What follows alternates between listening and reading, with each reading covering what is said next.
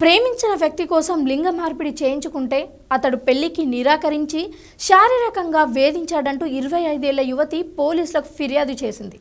దీంతో పోలీసులు నిందితుడిపై అత్యాచారం వేధింపుల కింద కేసు నమోదు చేశారు.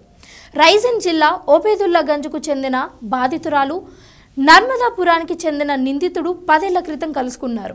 ఇద్దరు స్వలింగ సంపర్కులే కావడంతో వారి పరిచయం ప్రేమగా మారింది.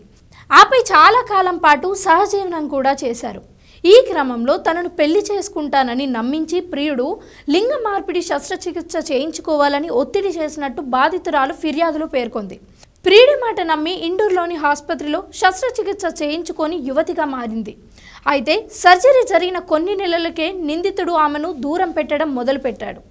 పెళ్లి ప్రస్తావన తేగా ముఖం చాటేలా చివరకు నిరాకరించాడు. దీంతో మోసపోయానని గ్రహించిన బాధితురాలు భూపాల్ పోలీసులకు ఆశ్రయించింది. నిందితుడు క్షుద్ర పూజలు కూడా చేస్తాడని, లింగ మార్పిడికి ముందే తనను లైంగికంగా వాడుకున్నాడని బాధితురాలు ఆరోపించినట్టు పోలీసులు వివరించారు.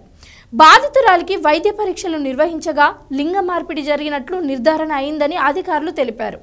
దీనిపై మీ కామెంట్స్ ఏంటో తెలియజేయండి.